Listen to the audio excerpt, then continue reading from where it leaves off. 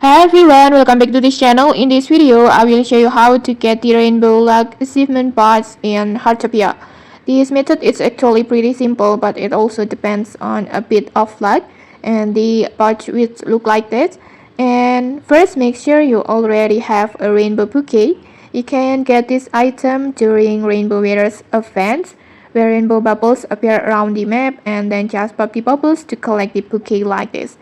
And once you have the rainbow bouquet, just hold the item and then just tap on the rainbow bouquet icon to activate it, like this. This will give you a rainbow blazing effect that lasts around 30 minutes. And next, just start watering flower plants. You can water your own flowers or other players' flowers around the town. And while the blazing is active, there's a chance to trigger a rainbow blazing on the plants, which is marked by a rainbow appearing above the flower, like this.